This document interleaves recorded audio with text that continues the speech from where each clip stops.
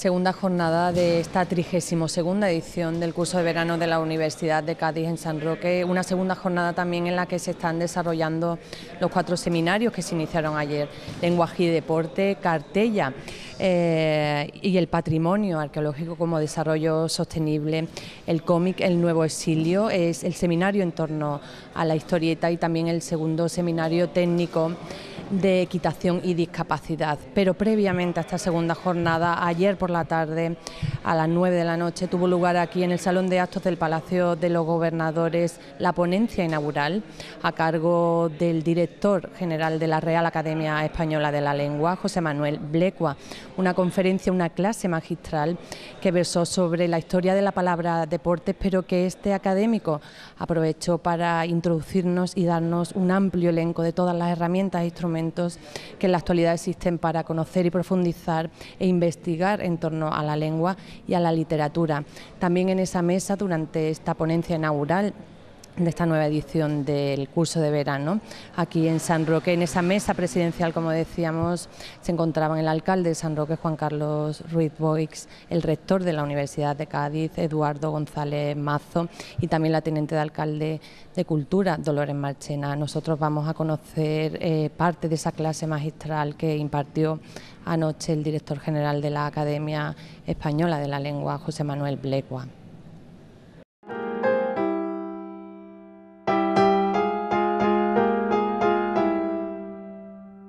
Entonces hemos visto cómo un deporte va a ir tomando, junto con pasatiempo, recreación, juego incluso amoroso, va tomando otro carácter, que es el carácter puramente deportivo, pero ahí se encuentra con sport, y sport es muy fuerte, y es una palabra que está cargada de connotaciones.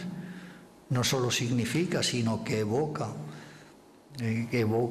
al aristócrata, al mundo ese del veraneo, del ejercicio físico, del aire libre. Todo eso lo hemos visto a través de una serie de herramientas que permiten trabajar y ver todas estas cosas, porque imagínense un solo investigador en su casa, si tuviera que hacer la historia de deporte, lo hubiera pasado muy mal, muy mal, muy mal, si no hubiera tenido todos estos medios. Hoy, lo que les quería, y con esto quiero acabar,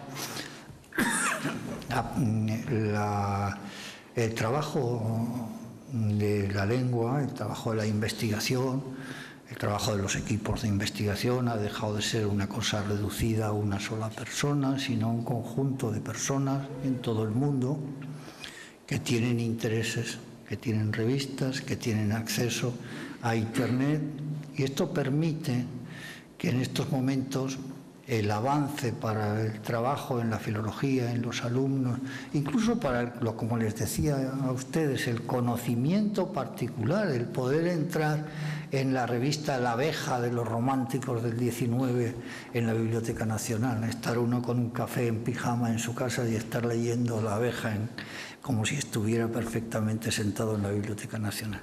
Es un mundo que cambia y que ha cambiado para muy bien. Y que nos tenemos que alegrar y tenemos que seguir aprovechando todo esto y divulgarlo, porque son procesos muy caros, procesos que duran mucho tiempo. Un corpus dura 10 o 12 años, intervienen muchas personas de muchos países y luego, claro, es extraordinariamente rico, es una base de datos fundamental. Y este tipo de cosas es lo que le quería poner de relieve esta noche. Que no hay que estar triste, sino todo lo contrario. Este es un momento en que la ciencia puede avanzar, porque estos son escalones fundamentales para el trabajo y para el conocimiento, y esto en el fondo y en la forma, esto supone un motivo de alegría. Y cuando hay momentos de crisis, también hay momentos en que uno debe alegrarse del trabajo que hacen unos investigadores, unos equipos que están dispersos en todo el mundo, pero que ponen su interés en el conocimiento y en la divulgación de ese conocimiento. Su ponencia inaugural, su clase de esta tarde, de hace escasos 10 minutos, de la historia de la palabra deporte. Es increíble cómo se puede conocer tanto a partir... Es la mosca que siempre nos acompaña. ¿Cómo ha trabajado, cómo ha organizado esa conferencia? Bueno, la verdad es que he intentado desmontarla para que se viera cómo se pueden utilizar las herramientas que hoy existen. La conferencia ha sido un pretexto simplemente para plantear como una anécdota una categoría que es la investigación del léxico. Pero es que no, hay muchísima bibliografía, no había grandes dificultades. Aparte de conocer el desarrollo y la evolución de la palabra deporte, usted lo ha señalado, lo acaba de señalar, es la importancia de las herramientas y de los instrumentos tan enormes con los que contamos para investigar y para conocer. Claro, lo que ha ocurrido, Belén, es que en los últimos 20 años las aplicaciones informáticas, los trabajos en equipo, los departamentos universitarios, la conexión entre el hispanismo de todas las universidades del mundo, ha hecho que de una manera casi sin sentirse se haya ido creciendo un arsenal de herramientas poderosísimas. De invasión lenta, ¿no? Lenta, pero muy segura. ¿Y cree usted que le podemos sacar todo el potencial y aprovechar todo ese potencial? Sí, claro que sí, cómo no, y mucho más, porque las ciencias adelantan y yo estoy seguro que eso adelantará muchísimo. Señor Blecua, ¿es usted la primera vez que viene a San Roque? ¿Qué le ha parecido?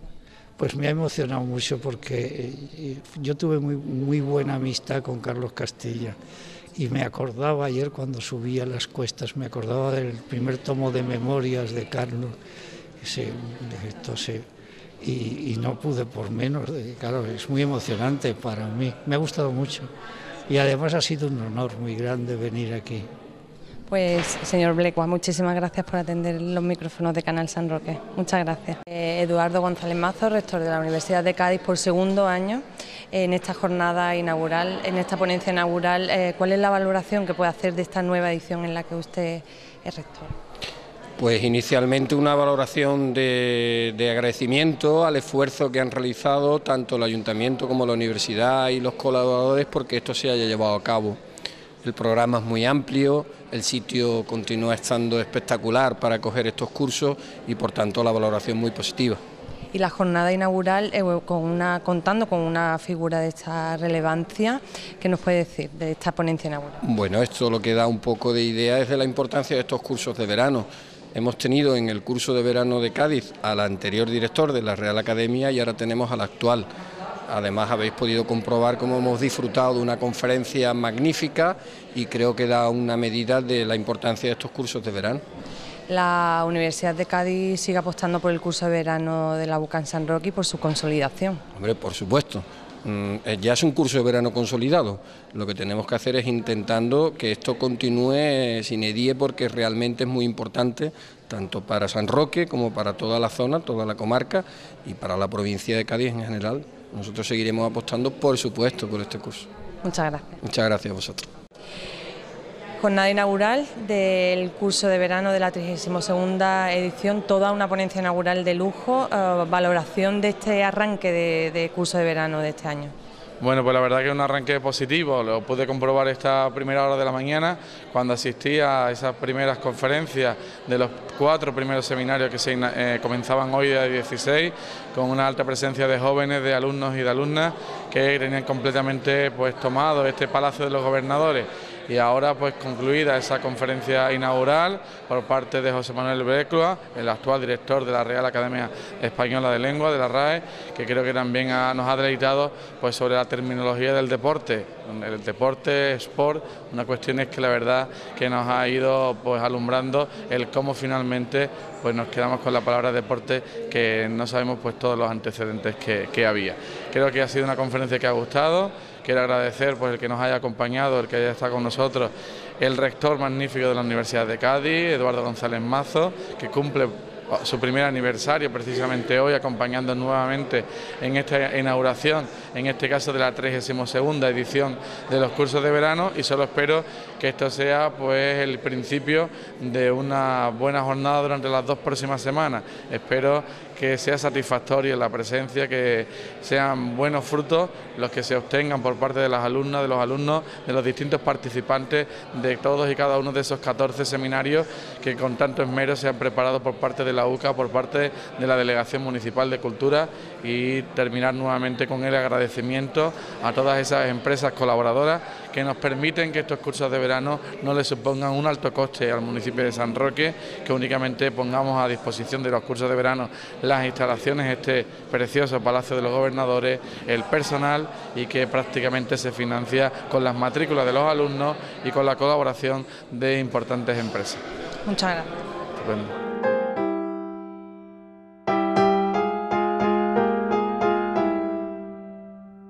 Segunda jornada del segundo seminario de equitación técnico, de equitación y discapacidad. Tenemos con nosotros al gerente de la Fundación Santa María, a Rafael Reina. Hola. Hola, buenas tardes. Usted hoy, en esta segunda jornada del Seminario Técnico de Equitación y Discapacidad, es el encargado de dar 2 conferencias. ¿Sobre qué van a tratar estas 2 conferencias? Bueno, vamos a hablar sobre el entrenamiento, pues sobre las cualidades del caballo de terapias, entrenamiento del caballo de terapias y qué hay que hacer y qué diferenciación tiene un caballo que vayas a utilizar para terapias ecuestres respecto a los de la hípica convencional, que son muchas y complicadas. ¿Cómo se está desarrollando este segundo seminario? ¿Tuvisteis la experiencia el año pasado, que fue la novedad, ¿no?, el estreno del seminario, y este segundo cómo se está desarrollando? Efectivamente, el año pasado comenzamos, fue la primera vez que se hizo, y este año ha habido bastante más asistencia. Y a mí lo que realmente me gustaría que pasara es lo que pasó el año pasado, ¿no? Estos seminarios indudablemente sirven para la formación de todas estas personas que acuden, pero realmente lo que yo creo que las empresas, que las entidades, tanto como el ayuntamiento como la fundación y todos los que nos dedicamos a la formación, lo que queremos es que esto sirva para que la gente trabaje, ¿no? Y a mí me consta que 4 de las personas que asistieron el año pasado a este seminario están trabajando en temas relacionados con él, ¿no? Yo creo que es lo verdaderamente importante, que la formación sirva pues no solo para alcanzar los créditos y no solo para tener currículum, sino para realmente conseguir trabajo efectivo. Y bueno, el objetivo yo creo que tiene que ser doble, ¿no? Conseguir que cada vez haya más formación y más sensibilización hacia el mundo de la discapacidad, concretamente hacia las terapias ecuestres en nuestro caso, como conseguir que haya gente que pueda tener, gracias a esta formación, un futuro profesional. Un trabajo. Nos comentaba María del Carmen del Castillo, otra de las coordinadoras de este seminario, que les ha sorprendido el número de alumnos, pero también que estos alumnos proceden de diversas carreras que no tienen mucha relación en ocasiones con el ámbito de la discapacidad y de la equitación, como pueden ser ingenieros, médicos, que sí que pueden tener, pero que se ha vuelto un poco a la filosofía del primer seminario en cuanto a introducirles en este mundo de la equitación y la discapacidad, ¿no? Bueno, vamos a ver, tanto el mundo de la equitación como el de la discapacidad precisamente tienen algo, como es la belleza de la equitación, de practicar el deporte, de montar a caballo y tal, como la posibilidad de ayudar a personas que lo necesitan, y eso no entiende ni de sexos, ni de formaciones, ni de carreras, ni de nada. Yo soy licenciado en Derecho, no tiene mucho que ver, es verdad, ser licenciado en Derecho con gerenciar una fundación que se dedica a ayudar a personas con discapacidad. Vamos a ver, esto es vocacional. El trabajar con personas con discapacidad es vocacional y el trabajar con caballos es una afición deportiva, pues como cualquier otra, con lo cual esas dos cosas se hacen, entre comillas, por gusto, ¿no? Con lo cual no tiene nada que ver que un señor sea ingeniero, que sea abogado o que sea albañil, para que colabore en todo lo que pueda con las personas que más lo necesitan. Eso no tiene nada que ver, esto es un tema puramente vocacional. Como el año pasado, dentro de este seminario, la tercera jornada se va a desarrollar en las instalaciones que tiene la Fundación Santa María. ¿Cómo se va a plantear esa jornada de mañana? Bueno, efectivamente, esto ha cambiado un poco porque nosotros ahora tenemos no solo un centro de hipoterapia, sino tenemos un centro hípico solidario. ¿Esto qué significa? Significa que en las nuevas instalaciones de la hípica San Roque Club tenemos, por un lado, el centro de hipoterapia, que atiende a unos 130 discapacitados de toda la comarca, sobre todo niños, y por otro lado también hay actividades hípicas cuyo objetivo es únicamente apoyar económicamente con lo que se saca de ellas al centro de hipoterapia. Esto nos hace tener unas instalaciones muchísimo más importantes y sobre todo que nos dan posibilidades de trabajar mucho mejor en hipoterapia que lo que teníamos antes, ¿no? Con lo cual las prácticas evidentemente van a ser mucho más,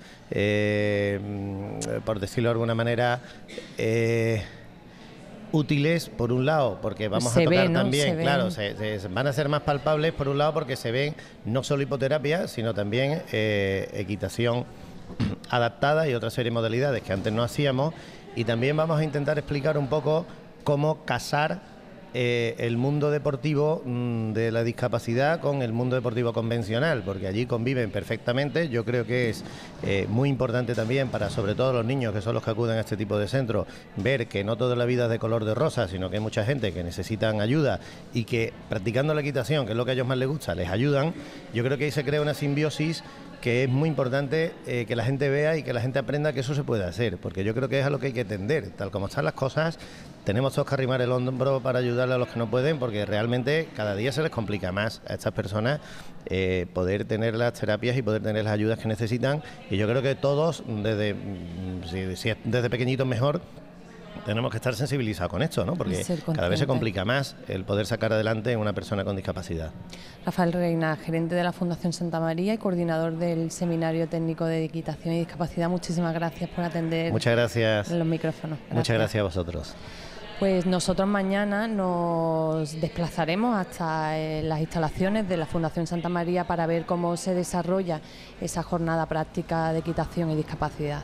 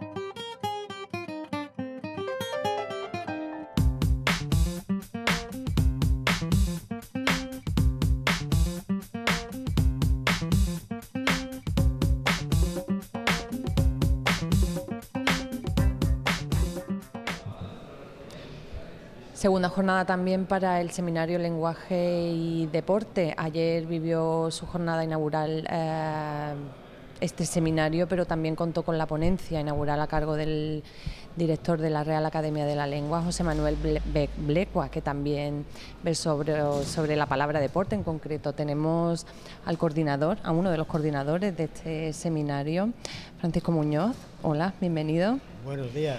6 años desarrollando este seminario, si no me equivoco. El paréntesis del 2010. ¿No?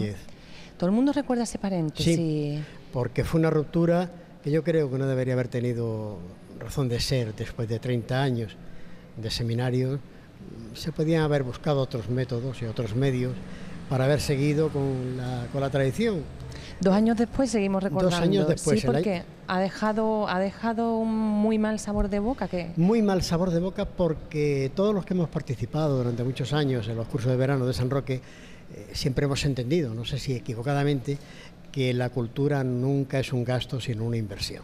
Entonces, cortar la tradición de 30 años porque dice, no, es que el dinero, es que tal, es que cual, mire usted, perdone, cuénteme otra historia, a mí no me vale. Ayer contábamos con otro de los coordinadores del seminario Lenguaje y Deporte, con Alberto Gómez Font, que nos dijo que el lenguaje deportivo, el periodismo deportivo, la información, las crónicas han pasado de ser un lenguaje residual para un receptor que no era muy estimado, a pasar a ennoblecerse y a contar con una valoración social bastante y a preocuparse por ese tipo de lenguaje. ¿Cómo se enfoca este seminario? Eso es cierto. El lenguaje deportivo, que efectivamente, como bien dice mi querido y entrañable amigo Alberto, ha sido siempre un lenguaje residual, ha pasado a formar su propia jerga, a tener una valoración muy importante por una razón, no solamente por los significados, sino porque es la manifestación de una actividad de gran repercusión social. ¿Qué ocurre entonces? Todo aquello que llega a una parte importante de la sociedad tiene contenidos y tiene formas que quedan en el habla de esa sociedad, y por tanto la preocupación de filólogos, de estudiosos, de académicos está más que justificada. ¿En qué medida nos influye el lenguaje deportivo? Bueno, el lenguaje deportivo está en la calle. Hay muchos deportes, como por ejemplo la conferencia que yo di ayer, la de la jerga del fútbol, que convierte su lenguaje específico, futbolístico, en jerga, tomando expresiones del habla común. Hay otros que tienen su propia jerga, que tienen sus propios vocablos, sus propios términos, su propia forma de manifestarse, como puede ser, por ejemplo, el tenis o la Fórmula 1. Y lo que es cierto es que en la medida en que el lenguaje es un elemento vivo que está en la calle y que muchos deportes traen formas y traen expresiones de otras lenguas, evidentemente a eso hay que prestarle una atención fuera de lo común. La repercusión social de deportes como el fútbol, por ejemplo, lo vivimos ayer en San Roque con la presencia de Emilio Butragueño, que además no es un futbolista en activo en estos momentos, sino que es directivo en la actualidad del Real Madrid, y se pudo ver esa repercusión, esa cantidad de gente, de público que siguió esa conferencia. Sí, es cierto, es cierto. La presencia de Emilio ayer fue un pequeño gran revulsivo para estos cursos, ¿no? Por dos razones. Primero, porque ha sido un futbolista muy bueno, muy conocido. Fue un caballero en el terreno de juego, como lo han sido otros, al igual que lo fue Zidane o como lo fue en su momento Laudrup. Y representa a una generación muy concreta, que es la llamada Quinta del Buitre, ¿no? Que marcó un antes y un después en la forma de hacer fútbol en España. Y además él personalmente es un ser entrañable, simpático, agradable y sobre todo educado. Sobre todo educado. ¿Qué ocurre? Si un jugador que ha sido, yo no sé, lo menos 70 veces internacional, que ha marcado una generación y que además está considerado por la FIFA como uno de los mejores jugadores vivos de la historia, y que en su club figura entre lo que se llaman jugadores de leyenda, hombre, pues el hecho de que esté aquí en San Roque, en mi pueblo, en los cursos de verano que nosotros hemos coordinado, pues no solo es una satisfacción personal, sino que me place la medida en que aporta algo al conocimiento de San Roque fuera de nuestras propias lindes. También por la tarde, lo comentaba yo al iniciar esta entrevista, José Manuel Blecua, el director de la Real Academia de la Lengua, que versó su ponencia inaugural sobre la palabra deporte, pero que él también nos contaba después que usó esa disertación sobre la historia y el significado de la palabra deporte para ofrecernos todo un elenco de herramientas y de posibilidades para estudiar la lengua y la literatura. O sea, otro punto álgido para vuestro seminario, otro punto a vuestro favor. Lo que hizo ayer, bueno, lo que hizo ayer no, desde el momento que nos dijo que venía a San Roque, el director de la Real Academia, pues Alberto y yo, que somos los que tenemos una relación personal con él, para nosotros significó mucho. Significó mucho porque, claro, traer a una persona de la talla humana y de la talla intelectual de José Manuel Blecua a los cursos de verano, pues va a ser muy difícil de superar. Pero es que además ayer hubo, de una forma muy sutil, su lección magistral. Yo no sé si te diste cuenta que él de vez en cuando decía sí, y claro, seguimos con la clase. En esta clase él estaba impartiendo una clase, sí. Que eso solo lo hacen los grandes pedagogos. Y además la disertación que hizo sobre la palabra deporte, que en principio parecía o pudo parecer que era mostrar una serie de significados, no, estuvo trabajando sobre el término deporte como hacen en la academia, o sea, como hacen los académicos. Se retrotraía atrás, cogía términos clásicos, lo comparaba como los otros provenientes de otras lenguas. Fue una auténtica lección magistral, vamos. Por cierto, tengo que decir que ayer anoche, cuando se marchó para el hotel, que yo lo despedí, me dio un abrazo, encantado, y me dijo que os transmitiera a todo el placer y la satisfacción de haberse sentido tan bien acogido aquí en San Roque, y que prometía volver. Se le notaba a gusto dando la clase, se le notaba muy cercano, muy amable con toda la gente que estuvo en la ponencia inaugural. Francisco Muñoz, ¿qué nos espera mañana? ¿Hemos hablado de hoy? Hoy sí, hoy han estado, no hemos hablado, pero vamos a hablar ahora. He pensado, mañana nos hemos adelantado. José Luis Rojas Torrijos ha hablado sobre la información en el mundo deportivo, cómo se debe presentar la información, de qué manera esta información tiene que someterse a determinadas reglas, entre comillas de reglas, es decir, que la información del lenguaje deportivo debe transmitir también algo. Y después va a hablar Jesús Castañón, no recuerdo el título de su conferencia, pero lo busco yo ahora mismo. Es igual, Jesús Castañón es la persona que más sabe de deporte de toda España.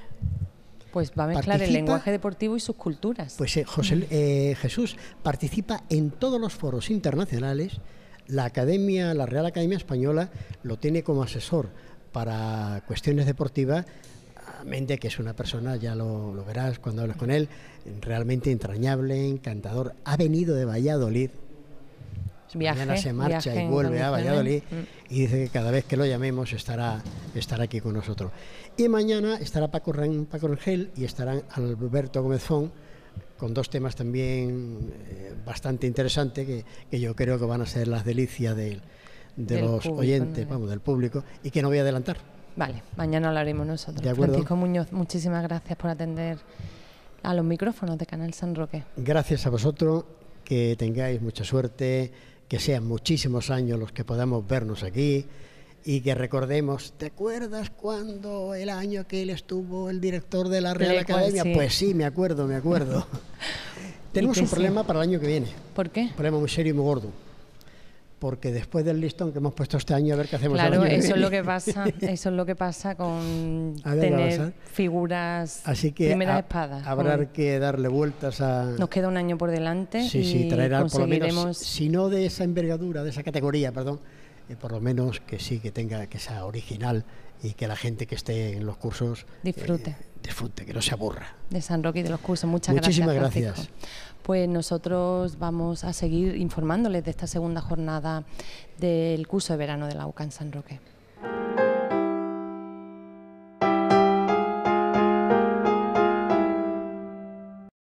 Continuamos hablando de lenguaje y deporte y en esta ocasión tenemos con nosotros a uno de los ponentes, de los conferenciantes de esta mañana, de esta segunda jornada del curso de verano de la UCA en San Roque, en concreto a José Luis Rojas Torrijos. Hola. Hola, muy buenas.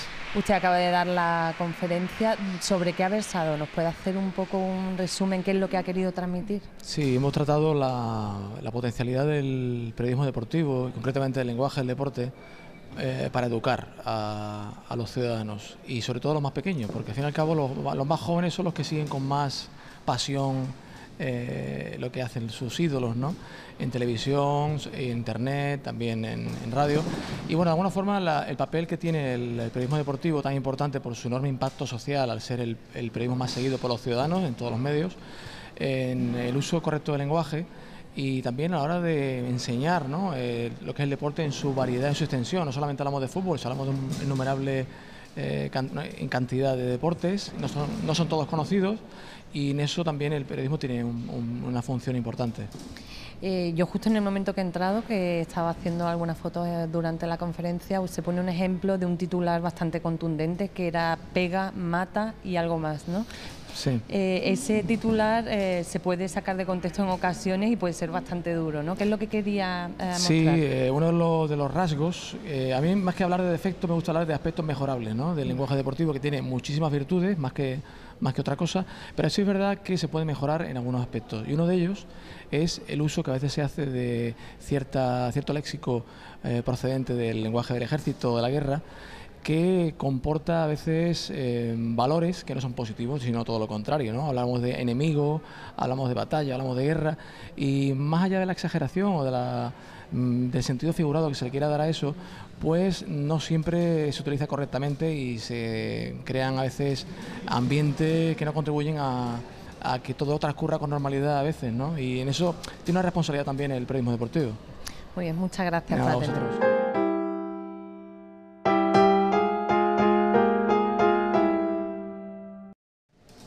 el lenguaje y sus culturas. Continuamos con lenguaje y deportes y para ello tenemos con nosotros a Jesús Castañón. Hola. Hola. Usted va a ofrecer una conferencia con un título bastante, no chocante, pero que lenguaje deportivo y sus culturas. ¿De qué va a tratar esta conferencia? Va a tratar lógicamente de cómo el lenguaje pues, es lo que se acaba asociando a estilos de vida, cómo va en relación también con formas culturales, y aunque la gente piensa que todo es oe, al fin y al cabo, vivencias apasionadas, también caben las vivencias artísticas, y cómo el periodismo deportivo en español no solo se hace aquí en España, también se hace en América, y las influencias que se han ido recibiendo de otras culturas, como es la inglesa, como es la francesa, o como ha sido también la comunicación deportiva estadounidense. Y entonces esas formas de ver, de sentir, cómo inciden en el español y cómo ayudan también en esas expresiones. Esas culturas que usted nos comenta que están influyendo al lenguaje deportivo, pónganos un ejemplo. Por ejemplo, los italianos lo que les gusta mucho es ser felices, ¿no?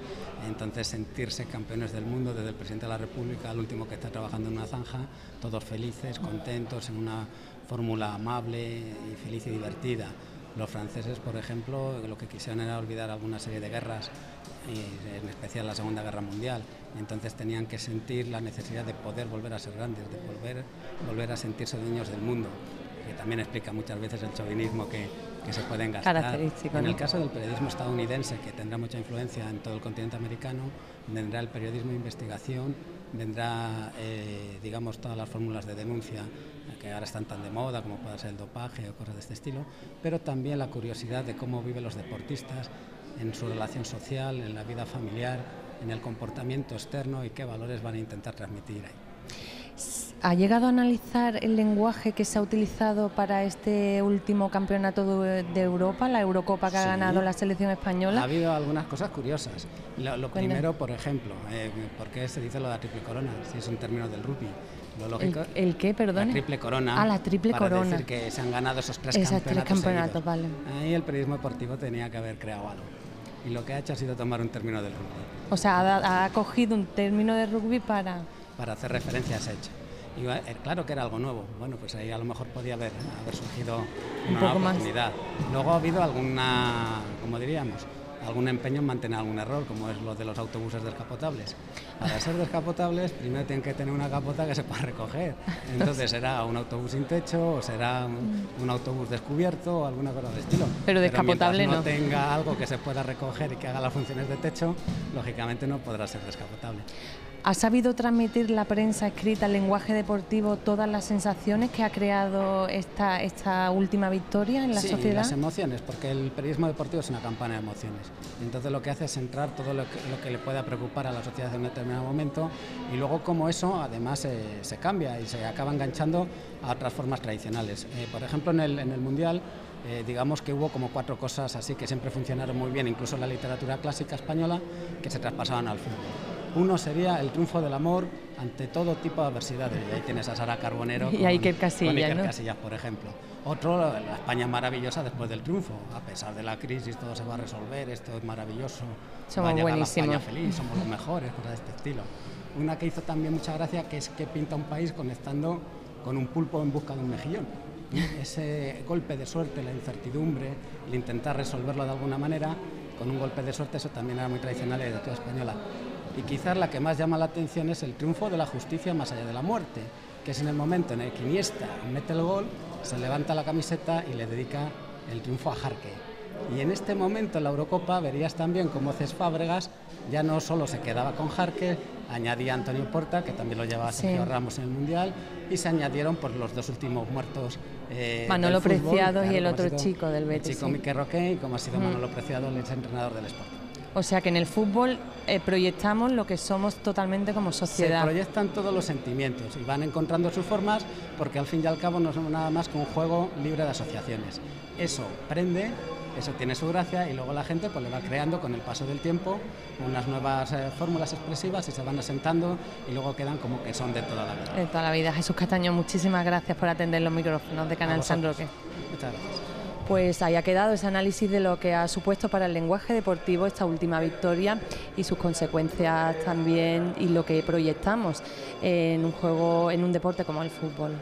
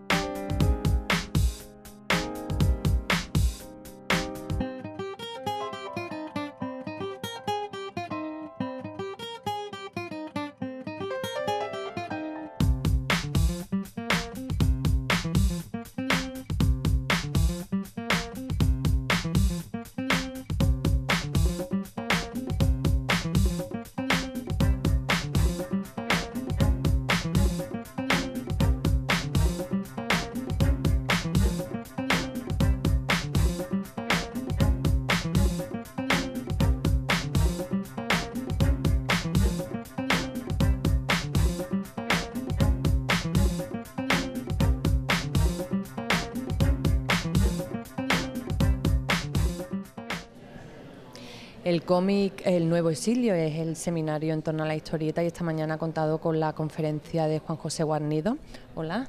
Buenas. Juan José, una conferencia que ha gozado de muchísimo público. Has contado con un público y además entregado, por lo que me... Sí, ya está muy simpático, muy distendido.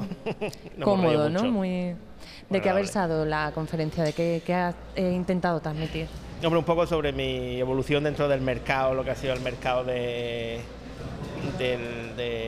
TVO francés, el mercado francófono, que en realidad es el mercado europeo, porque es en el que evoluciona la producción europea de autores franceses, belgas, pero también españoles, italianos, alemanes, polacos, que es un poco lo que me gusta llamar el mercado europeo, y al mismo tiempo la carrera que lleva en paralelo en dibujo animado, porque he trabajado en dibujo animado en Madrid unos años y después la mayor parte de mi carrera en París, en los estudios de Disney. ¿Cómo empezaste en este mundo del dibujo? Pues, hombre, empecé desde muy pequeño dibujando mucho, luego participando en fanzines en Granada.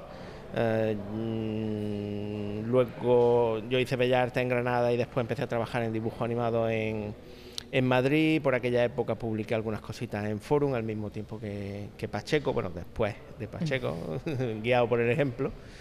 Y luego al mudarme a París para ir a trabajar a los estudios Disney en dibujo animado, ya entré en el mercado del TVO francófono, porque mi guionista me animó a que nos metiéramos en la empresa ambiciosa de hacer un álbum para aquel mercado, y desde el principio fue llegar y besar el santo, porque no solo porque funcionó muy bien nuestra serie desde el principio, sino porque es un medio muy acogedor.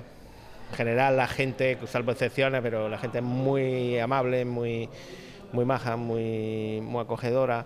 Que hacen el trabajo fácil, te sientes ¿no? enseguida, sí, te sientes enseguida como en casa.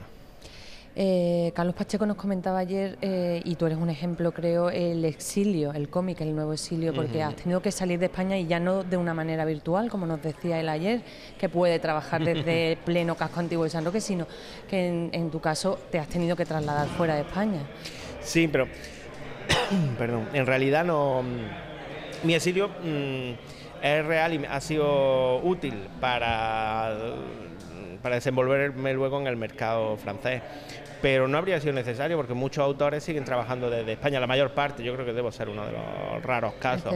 Hubo en generaciones anteriores, bueno, la generación, estoy hablando de Víctor de la Fuente, Palacio, Antonio Parra y Julio Rivera. Son autores que se exiliaron también algunos por motivos políticos, algunos físicamente, y trabajaban para el mercado francés y prefirieron vivir en Francia. La generación nuestra no es necesario, con los medios de comunicación de hoy ya es que prácticamente muchos de nosotros ni siquiera enviamos originales a los editores, con lo cual el trabajo, la comunicación, todo se simplifica mucho, son cosas impensables hace un par de generaciones. Entonces, lo mío fue por trabajar en dibujo animado, que en esa época realmente sí necesitaba estar en el estudio de Disney personalmente, y fue en esa época en la que empecé a desarrollar el proyecto de Black Sad. Por eso me vi allí, pero el hecho de haber estado allí ha sido muy útil para mí. Muy útil, ¿no? Muy útil. Me ha permitido un contacto más directo, más cercano con los editores franceses del que tienen en general los autores que se quedan en España, que también lo tienen, pero yo tengo forzosamente una percepción diferente. Háblanos de Black Sad. Nosotros vamos a conocerlo seguramente esta tarde, porque aparte de la conferencia inauguras una exposición aquí en el Palacio, en la Galería de Arte Ortega Bru. Sí, me pidieron que prestara algunos originales, y nada, acabo de ver, está muy bien enmarcado, muy bien presentado. Black Sad es una serie que es una mezcla de género policíaco y fábula. Son historias de novela negra, de detectives, para adultos, por supuesto, pero en cambio los personajes tienen cara de animales.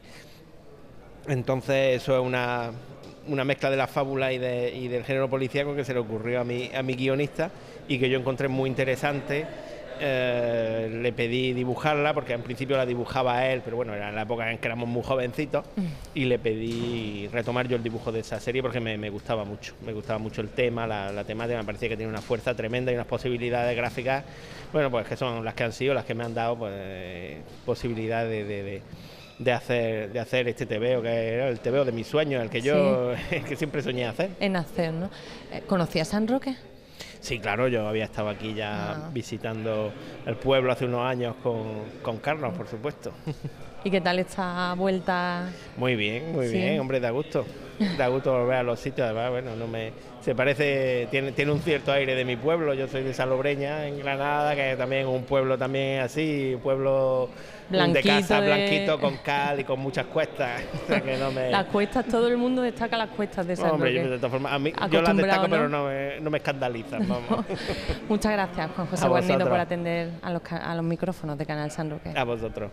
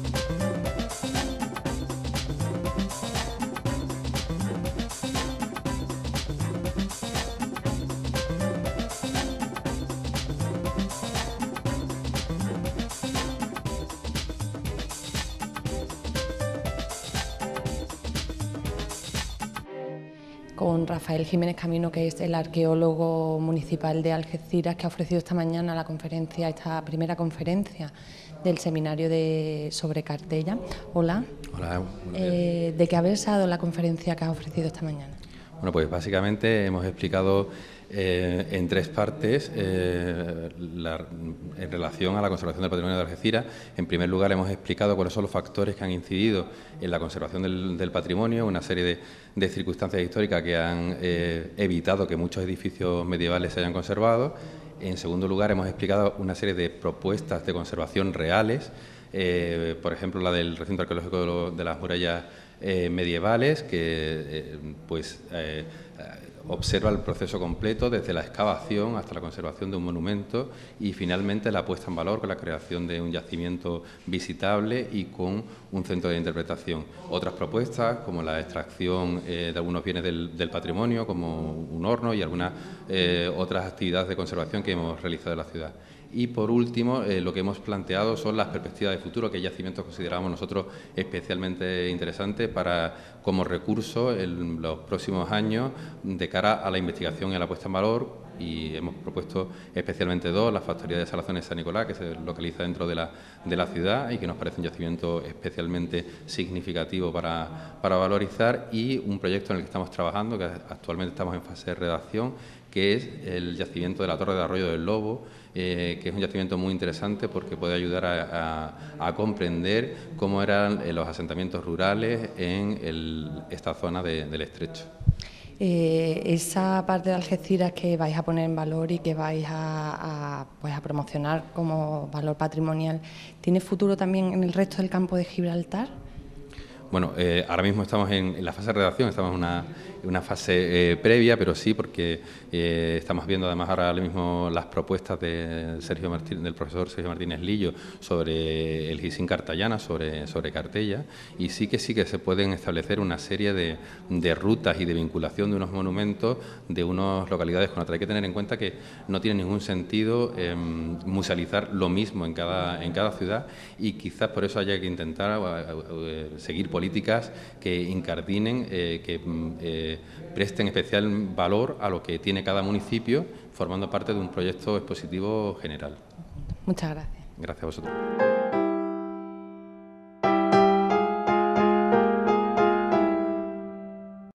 Desde estas instalaciones del nuevo Museo de San Roque en la calle San Felipe vamos a despedir este segundo programa especial dedicado a la 32ª edición del curso de verano de la Universidad de Cádiz que se está desarrollando durante estos días en San Roque.